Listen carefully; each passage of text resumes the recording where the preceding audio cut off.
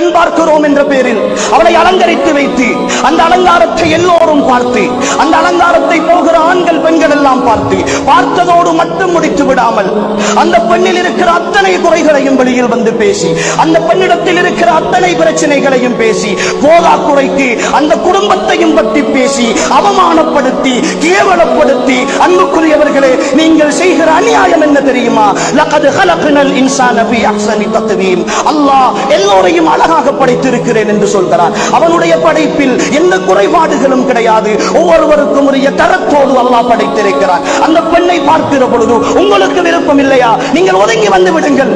நீங்கள் தான் அவளுக்கு விருப்பம் இருக்க வேண்டும் என்ற நிர்பந்தம் கிடையாது.